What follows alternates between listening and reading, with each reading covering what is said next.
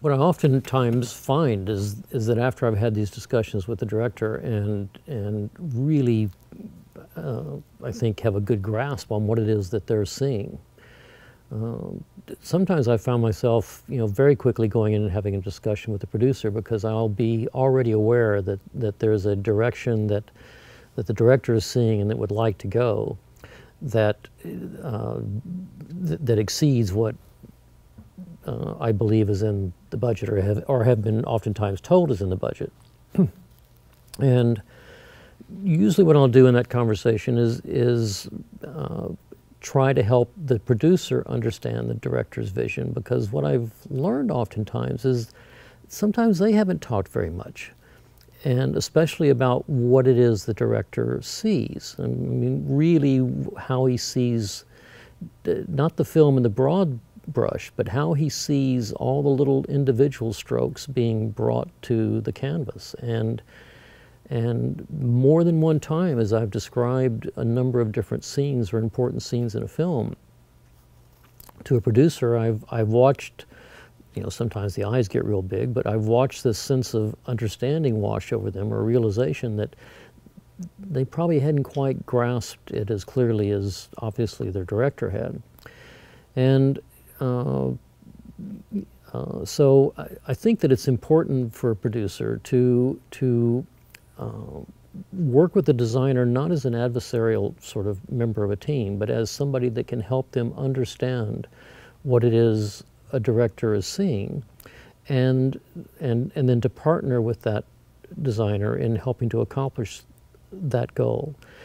And sometimes that means that the vision has to be brought back in. Sometimes it means that what one was hoping to do in a 4-wall set, one does in a 2 or in a 2.5-wall set. Or, maybe there's ways in the scheduling that something can be done a half day later, or there can be an overnight, redress where you come in the next day and the 2 walls you shot have become your other 2 walls. There's a lot of creative options that if the designer is willing and doesn't say it has to be 4 walls because that's what he wants, but if the designer is open to understanding not only what the director's desire is, but understanding what the producer's requirements are and restrictions are oftentimes, then hopefully by what one understands from the director, there can be a way of finding to satisfy both, that you can find a way to still be sensitive to what the budget is without having taken what the vision is that the director has hoped for. Now that's the ideal. Sometimes it just comes down to, there's no other way to get around this, and I've tried everything I can think of, and I've made this a revamped set instead of a new set, and I'm still X thousands over. And at that point, there's, again, as long as you keep it on a collaborative basis, how do we sort this out? How do we solve it? That's I think the biggest challenge, and for the producers to keep it on that as well as the production designer. I know that earlier on in my career, I had a tough time with that. I had a tendency to look at the producer and the production manager as the enemy, and wanting to take, all they wanted to care about was the money. And that's not untrue. That is their main focus.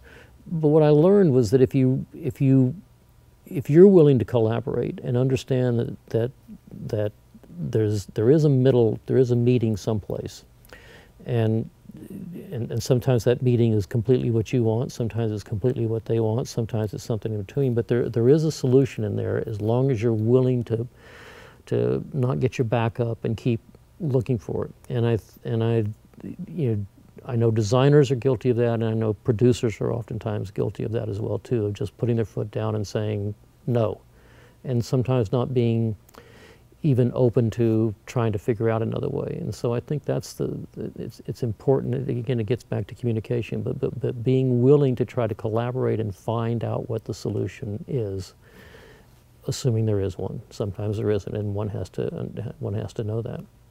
And then I think that at some point, a designer, producer, they have to say, you know what, unfortunately, you have to. This is when you have to go and talk to the director. And I think it's important that a producer recognize that that's one of the really tough jobs they have to do. Is sometimes they have to go because it's not when it's at that point and something simply can't be because there's just no financial room for it to happen. That isn't the designer's responsibility to then go to the director and say, you can't have it. You can talk with you can explain to the director you have some challenges here, that this is what, I've got some budget challenges. You can try the whole collaborative thing with your director and see where else you can get to. But once you've done all that, whether you've had some success with him helping in that, or whether the director has said, no, this is what it has to be. It just can't be anything less than this. Then as a designer director, you've met what you've done there, and now it becomes a conversation between you and the producer. And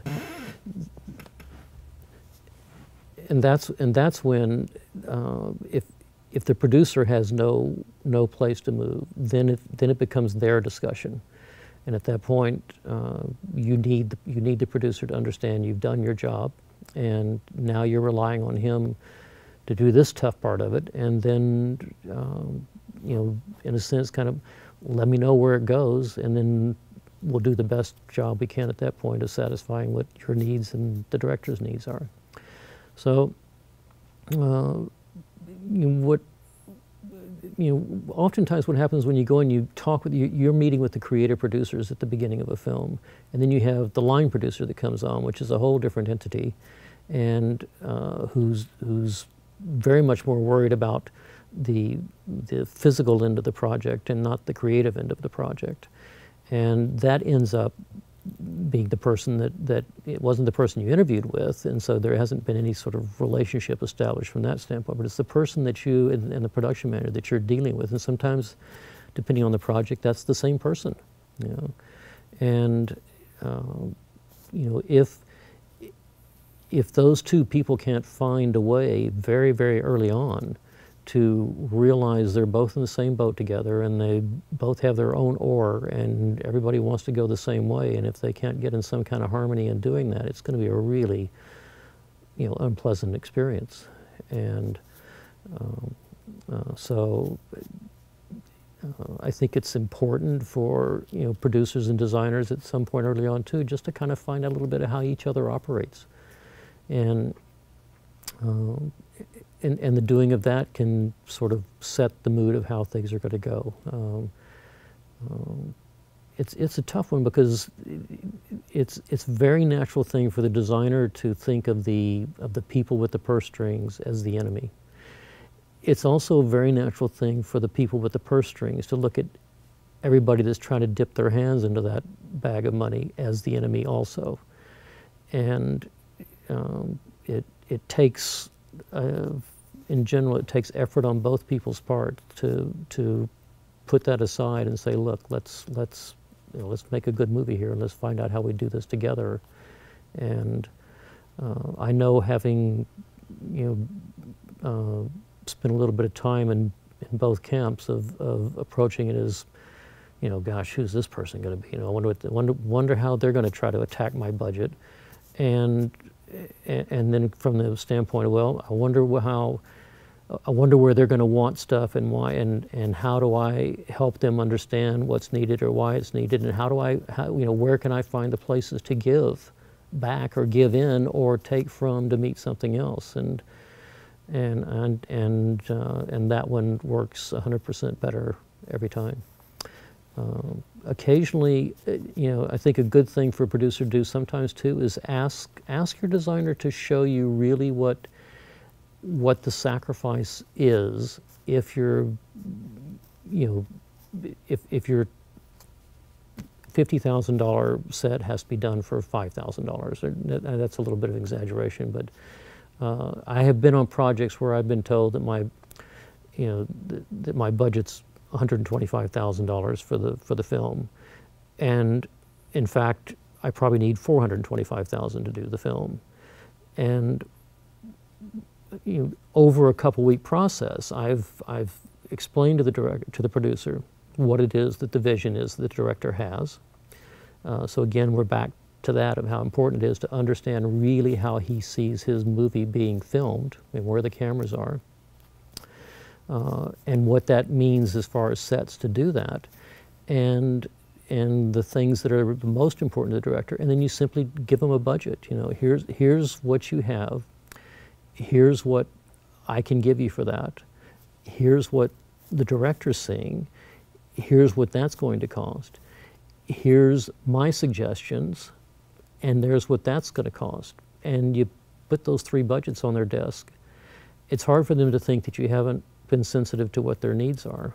It's also hard for them to think that you haven't been considerate of what the director's needs are. And at that point, they have something physical in their hands that they can look at and they say, ooh,